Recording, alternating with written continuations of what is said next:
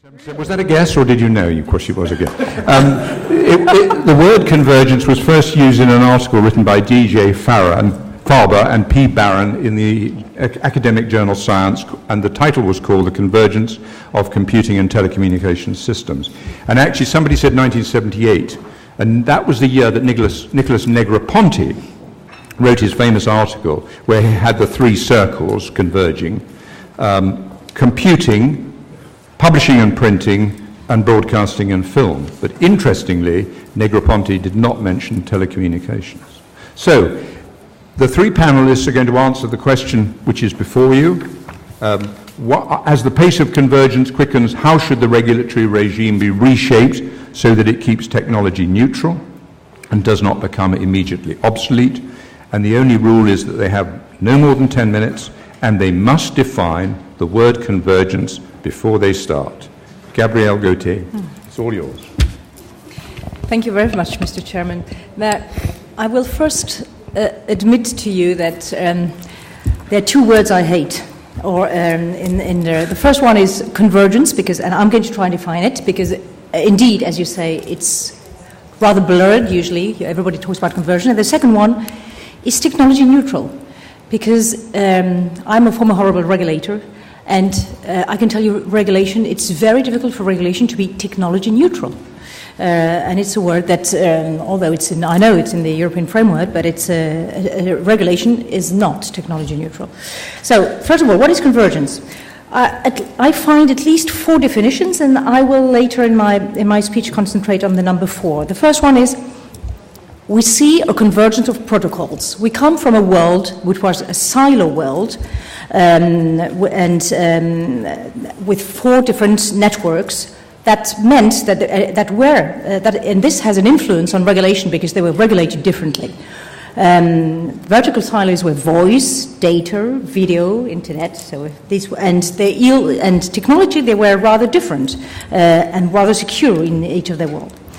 Now, we all face a convergence towards one protocol, which is IP end-to-end.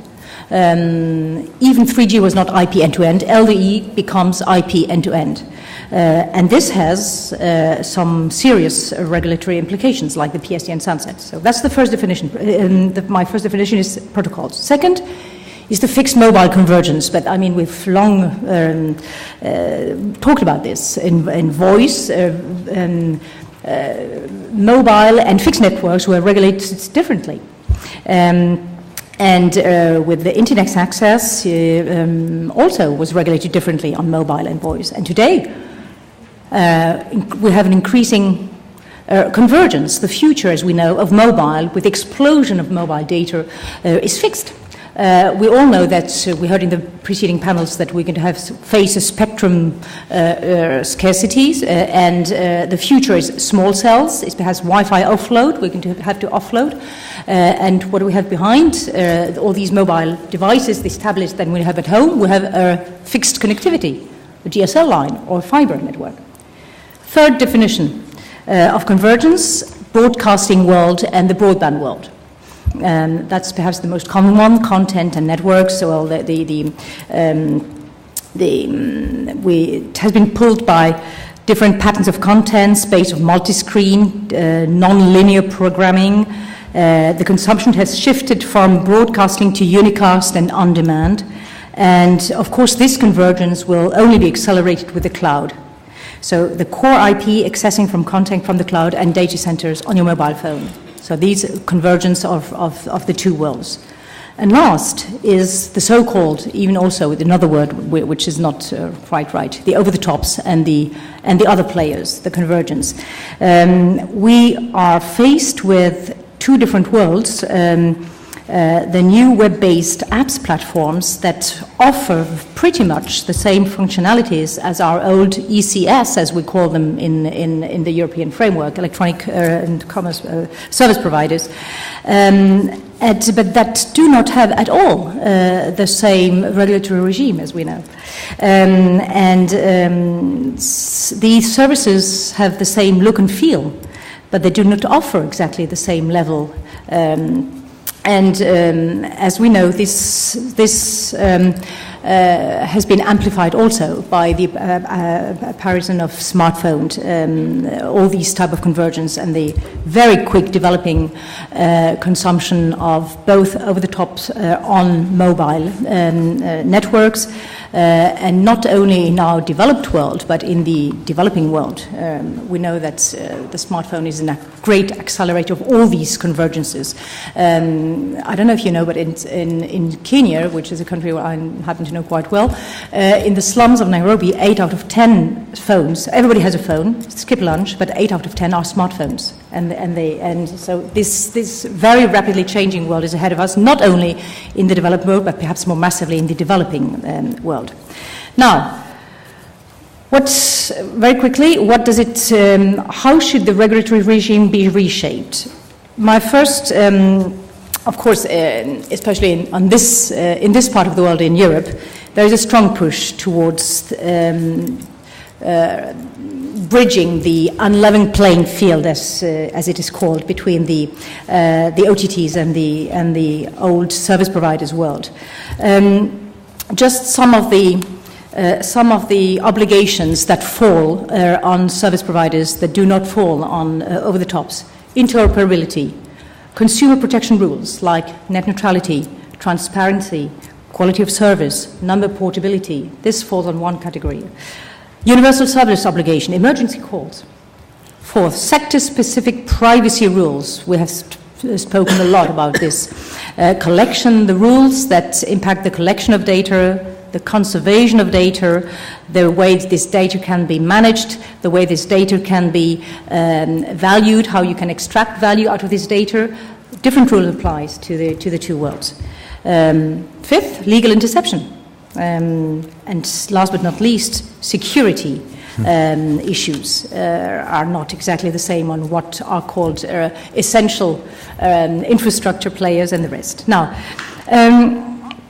it is true that we're faced with the need to perhaps redefine some of our old rules. Some of the players are really complaining also that they have an impossibility, legal limitations to monetize this consumer data in the same way as others do. That limits the ability to build innovative services. Now, once we have said this, so we can. It's a whole topic of itself. How do we build e-privacy and security that span across not only service providers, over-the-top software, hardware, to ensure security end-to-end? Another big topic is the revision of the EU privacy legislations that applies to EU-based companies and non-EUs with equipment within the EU. The notion of country of residence is good, but needs also extraterritorial rules to ensure enforcement on non-EU-based companies. We see all these problems in my home country, in France. We've seen Skype refusing to register, it was not obliged to, but as a telco in France, or our CNIL struggle to force Google to comply with e-privacy rules. So these are topics that perhaps we should, it's not so much regulation as a new set of rules, legislation and rules that apply. Regulation is more, is for me another topic. Now, once one has said this, should we let go with all regulation? We hear a lot about this, and that Europe is suffering because and runs the risk of being dump EU pipes carrying US contents on Asian devices, basically. Now, this is exacerbated by the current gloomy, and the gentleman from Microsoft mentioned the gloomy atmosphere at ETNO. I don't think the answer is we should completely overhaul all our regulation. No, because if EU is lagging behind, it's not only regulation. our regulation has had some successes in triggering investment and innovation. And it's not only regulation, it's also perhaps a lack of anticipation of some of our actors. It's auction spectrum and governance, and it's also cycles. Don't forget that we have cycles of investment in our sector. The US has boomed because the US was perhaps a little behind in mobile. We were ahead because the US didn't have that good copper, so they had to leapfrog to fiber. We perhaps our good nature of our copper is also a restriction to moving quickly to fiber. So you have cycles in our industry, and this must not be forgotten. Now, once one has this, I think we can't let go totally with regulation, because basically on two parts, the access and the spectrum, which are bottlenecks basically, we will still need regulation, even if it needs adaptation, even if it needs change. Let's face what is first of all in access. Yes, surely we need some change, but the NGA and we need to be able to reward risky investment in NGA. We need to have to allow new technologies, not only fiber. We need to shift from physical to harmonized, standardized bit streams, and there we need regulation. But more or less, access is still very much an essential, and fiber is still very much an essential infrastructure. We were talking at lunch about this three-layered model. Fiber is there to last for 50 years. It's an essential infrastructure to which access should be granted, not necessarily at regulated prices, but on equivalence of basis. But it should allow a return. And we should be able to attract long-term investors on this essential infrastructure, which is absolutely critical for the evolution of convergence as we face it, because the future is what? It's cloud and devices, and in between we need an upgrade of the networks, massively. And we have never, perhaps in the history of our industry, needed these investments so badly at a time where they're difficult to finance. Do we need no regulation? No. Long-term investors want good regulation, but they want to see and foresee the future. Second, and my last point, on spectrum. Spectrum issues. Spectrum is the second bottleneck. We can't avoid regulation on spectrum. We need good spectrum allocation on all frequency bands. We need refarming, and this needs regulation. We need quick allocation of the digital dividend everywhere on the planet.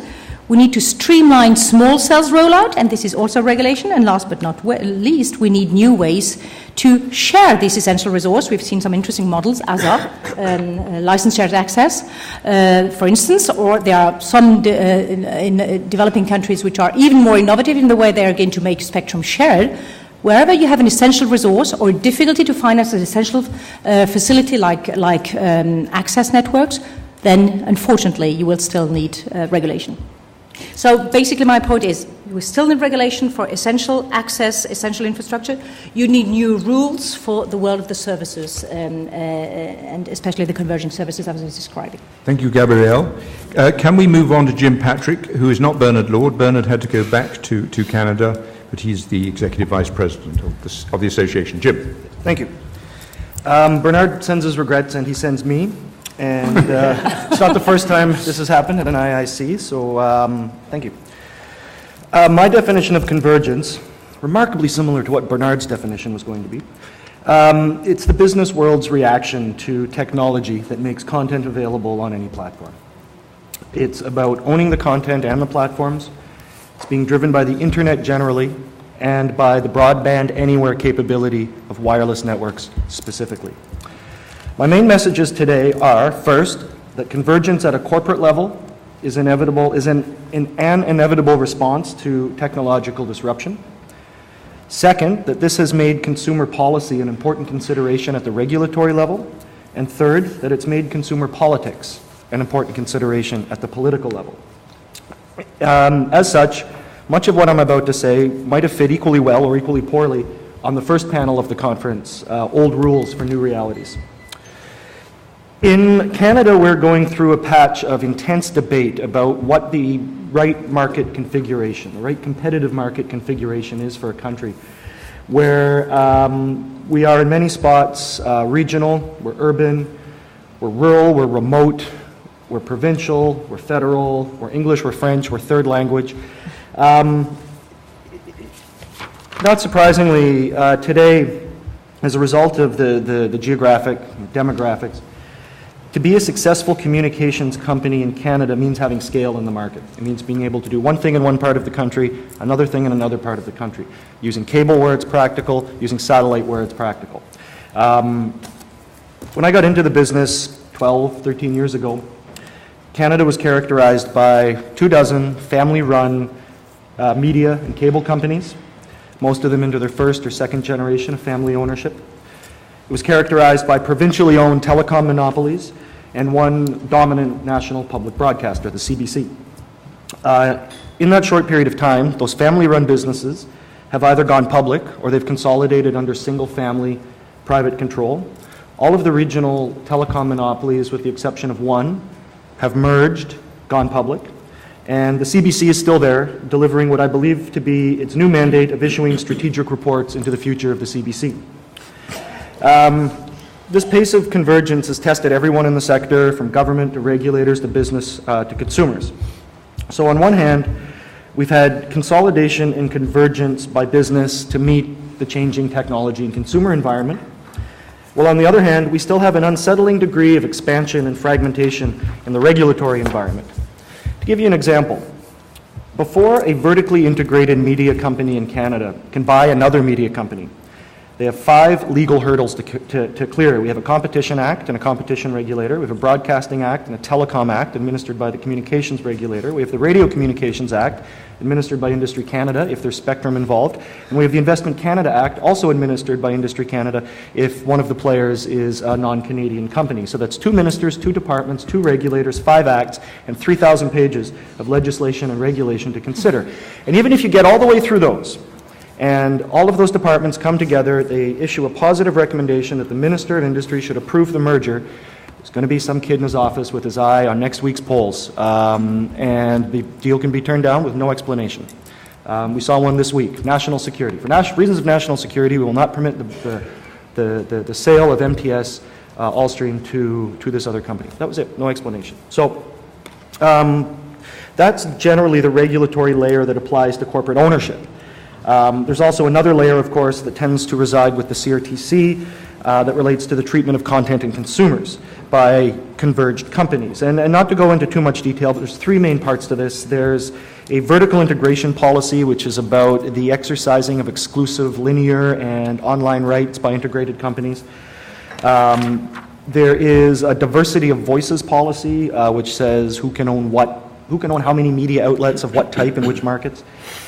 And because of the explosion of video traffic, which is one of the hallmarks of a converged market, we have an internet traffic management framework, which says, in a nutshell, that you must exhaust all economic traffic management tools before you can apply technological tools, traffic shaping, this type of thing.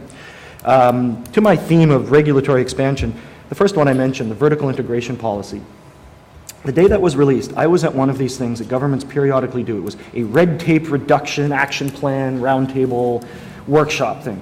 And as I'm there, this comes out, so I'm looking at it on the BlackBerry, and the last line of it said, as a result of this decision, we will be launching 12 related policy proceedings. So this one begat 12, and I was sitting there listening to a minister going on about the government's main objective is to reduce red tape.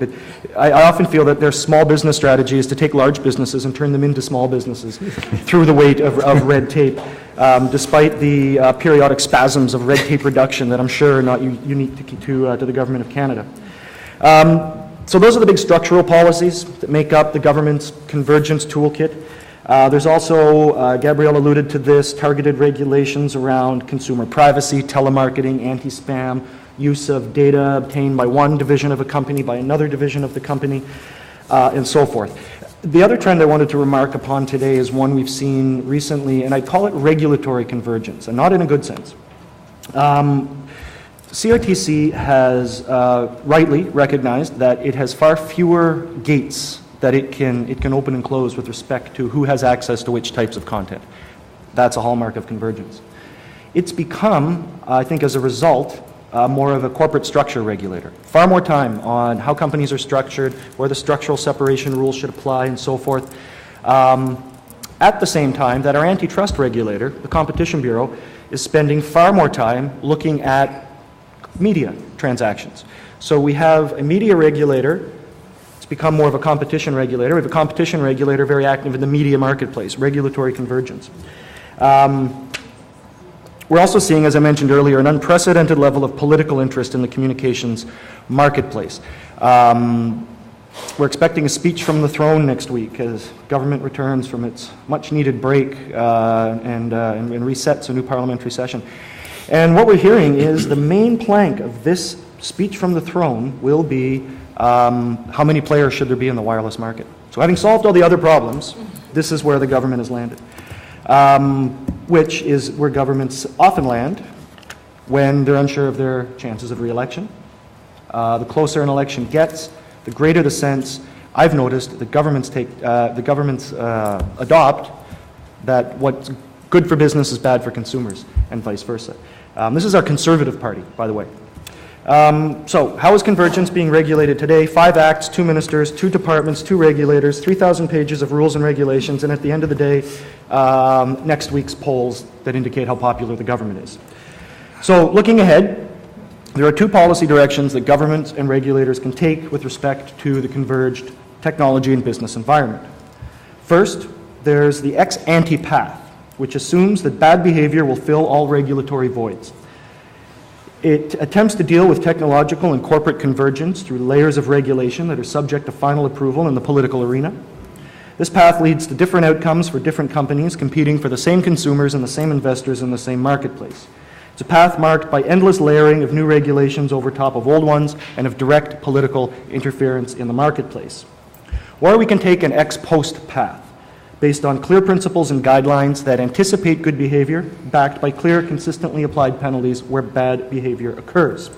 This path is technologically and competitively neutral and seeks to deal with consolidation of business through the consolidation rather than the promulgation of regulations.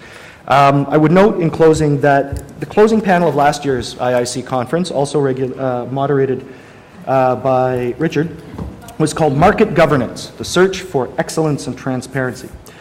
All of the regulators on that panel agreed with the premise that one of the most important tools that regulators have is to do nothing.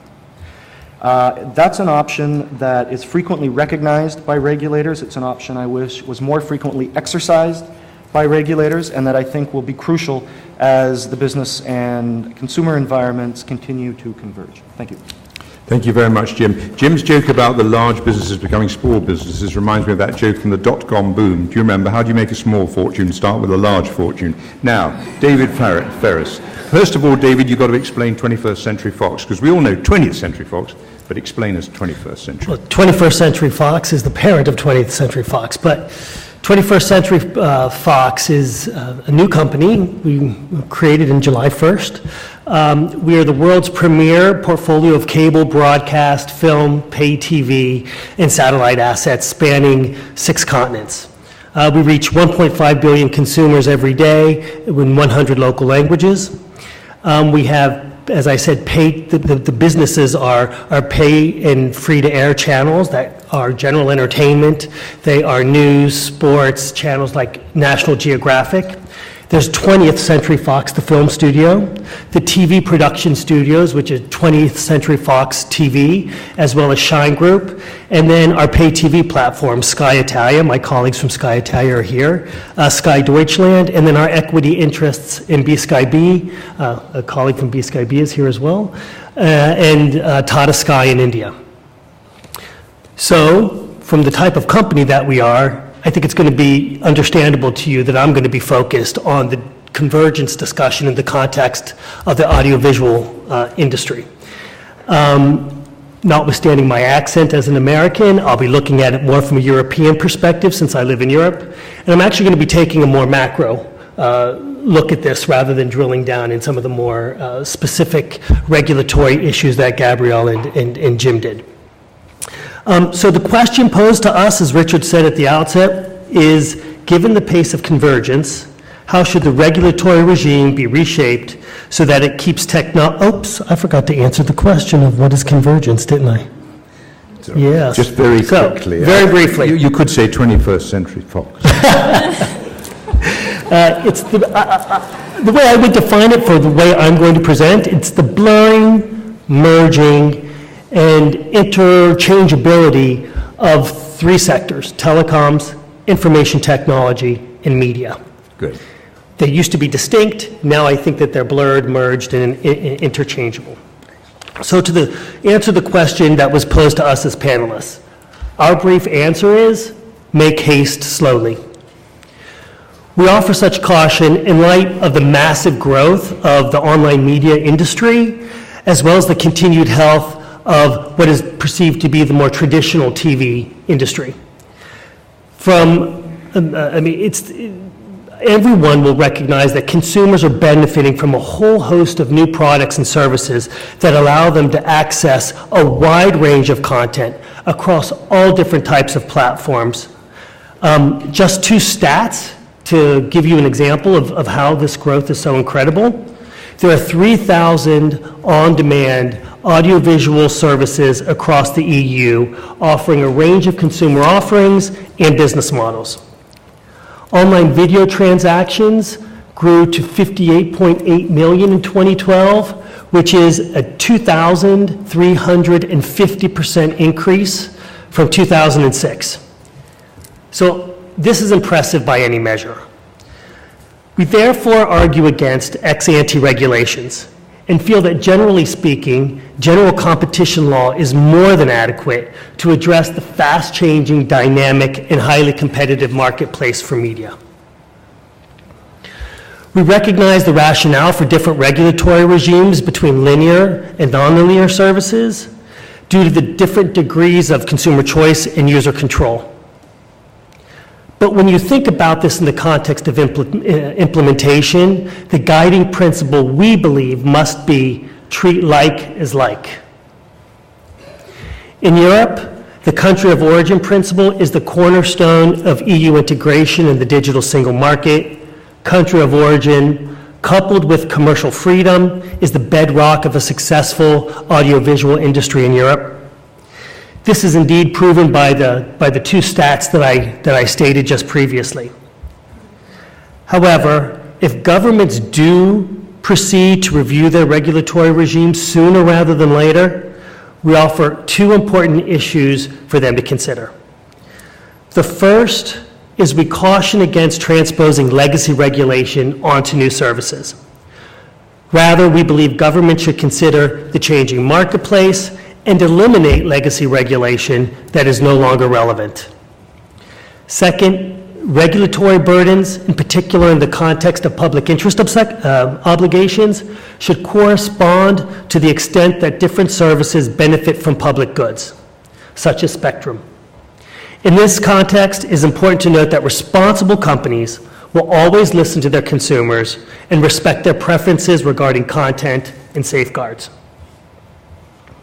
So convergence in the marketplace is proceeding apace, resulting in significant benefits for consumers, for industry alike. Government should let this dynamism, competition, and innovation flourish and proceed cautiously. Thank you.